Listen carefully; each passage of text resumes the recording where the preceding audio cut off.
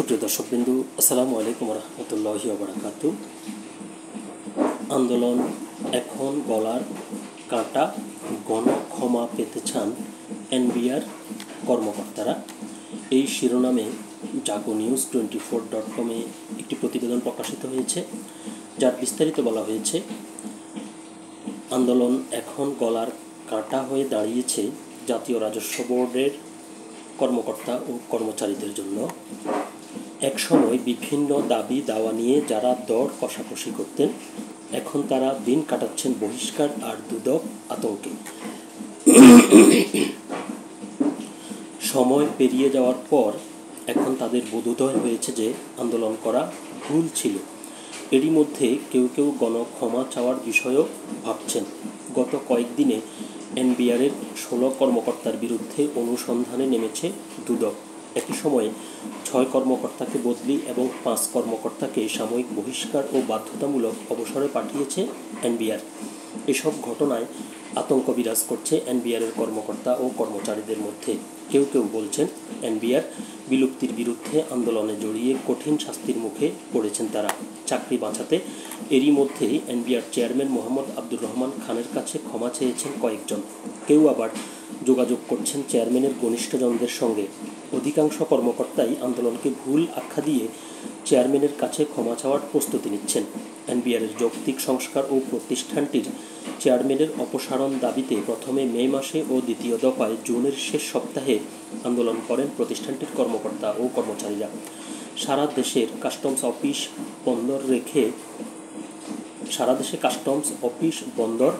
বন্ধ রেখে গত 28 ও 29 জুন কমপ্লিট শাটডাউন ও মার্চ টু এনবিআর কর্মসূচি পালন করেন তারা। এনবিআর সংস্কার ঐক্য পরিষদের ব্যানারে পালন করা হয় এসব কর্মসূচি। পরে ব্যবসায়ীদের মধ্যস্থতায় গত 29 জুন আন্দোলন স্থগিত করে এনবিআর ঐক্য পরিষদ। এরপর যেন হঠাৎ করেই পাল্টে যায় দৃশ্যপট। 29 জুন থেকে 3 জুলাই এনবিআরের 16 কর্মকর্তার বিরুদ্ধে দুর্নীতির অভিযোগে অনুসন্ধান শুরু করে দুর্নীতি দমন কমিশন দুদক। এই 16 জনের মধ্যে 10 জন এনবিআর সংস্কার ঐক্য পরিষদের সদস্য। বাকিদেরও আন্দোলনে অংশ নিতে দেখা গেছে। ঐক্য পরিষদের সভাপতি ও 3 মুখপাত্রকে দুদকের জালে আটকানোর বিষয়টি ভালো চোখে দেখছেন না এনবিআর কর্মকর্তারা। তবে দুদক বলছে, যাদের বিরুদ্ধে অনুসন্ধান শুরু হয়েছে তাদের বিরুদ্ধে কর ও শুল্ক আদায়ের ক্ষেত্রে মোটা অঙ্কের ঘুষের বিনিময়ে করদাতাদের কর ফাঁকি দেওয়ার অভিযোগ রয়েছে। এসব কর্মকর্তার কারণে প্রতি বছর সরকার বিপুল পরিমাণ রাজস্ব প্রাপ্তি থেকে বঞ্চিত হয়েছে, এমন অভিযোগ আনা হয়েছে। কিছু কিছু ক্ষেত্রে কর্মকর্তারা ঘুষ না পেয়ে কর ফাঁকি দেওয়ার মিথ্যা মামলা করে বিভিন্ন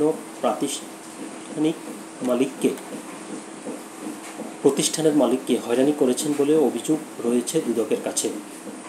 গত বুধ ও বৃহস্পতিবার এনবিআর বোর্ডে দেখা গেছে, বেশিরভাগ কর্মকর্তা গণমাধ্যম এড়িয়ে চলছেন। কেউ কেউ ফোন বন্ধ রেখেছেন। এনবিআর কর্মকর্তাদের নিজস্ব গ্রুপ ও আন্দোলনের বিভিন্ন গ্রুপ থেকে লিভ নিয়েছেন অনেকেই। সবার মধ্যেই অজানা আতঙ্ক। বড় কর্তাদের বিদায়ের খবরে অনেকেরই মন ভেঙেছে। 2 দিনে এনবিআরের একজন মহাপরিচালক, কয়েকজন দ্বিতীয় সচিব, একজন সদস্যসহ 1 ডজন কর্মকর্তা ও কর্মচারীর সঙ্গে কথা বলেছে জাগো নিউজ। সবাই একমত যে রাজস্ব প্রশাসনে অজানা আতঙ্ক বিরাজ করছে। কার কখন বদলি, বহিষ্কার কিংবা দুদকের অনুসন্ধানের খবর আসবে এমন চিন্তা তাড়িয়ে বেড়াচ্ছে। নাম প্রকাশে অনিচ্ছুক এসব কর্মকর্তার কেউ কেউ স্বীকার করেছেন, অর্থবছরের শেষ সময় আন্দোলন করা ভুল ছিল। অর্থনীতির ব্লাড লাইন ফোর্ট অচল করাও সঠিক হয়নি। এক কর্মকর্তা বলেন, বাড়ি থেকে বোনকে ঢাকায় এনেছি, তাকে সব গুছিয়ে বলেছি। আমার চাকরি গেলে বা দুদকের অনুসন্ধান শুরু হলে যাতে বিচলিত না হয়, এটা বাবা মাকেই বুঝিয়ে বলতে বলেছি। শুনেছি 26 জনের তালিকা হয়েছে, সবাইকে বরখাস্ত করবে, এরপর আরও 50 জনকে শাস্তি দেওয়া হবে। একজন দ্বিতীয় সচিব জাগো নিউজকে বলেন, বিপদে আছি। একবার শুনছি তালিকায় নাম আছে, আবার শুনছি কেউ একজন আমার নাম কাটিয়েছে। শাস্তি হিসেবে যাদের অবসরে পাঠানো হয়েছে তারা অত্যন্ত ব্যক্তি ও দক্ষ কর্মকর্তা। কী করব বুঝতেছি না। আমরা কয়েকজন মিলে সিদ্ধান্ত নিয়েছি চেয়ারম্যানের কাছে ক্ষমা চাইব। ভুল তো সবাই করে। মহাপরিচালক পদমর্যাদার এক কর্মকর্তা জাগো নিউজকে বলেন, আমি আন্দোলনে ছিলাম না, আন্দোলনের গ্রুপে কেউ আমাকে যুক্ত করেছে, এখন খুবই টেনশন হচ্ছে। আরেক কর্মকর্তা বলেন, বদলির আদেশ আর দুদকের অনুসন্ধানের ভয়ের চেয়ে বহিষ্কার ভালো, পরে আপিল করে চাকরি ফেরত পাবো।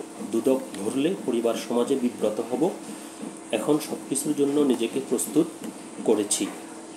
তো খবরটি আরও দীর্ঘ প্রতিবেদনটি যারা বিস্তারিত পড়তে চান তারা jagonews24.com সাইটে গিয়ে নিউজটি পড়তে পারেন। তবে প্রতিবেদনটি এ পর্যন্তই ছিল। সকলে ভালো থাকবেন, সুস্থ থাকবেন। আল্লাহ হাফেজ।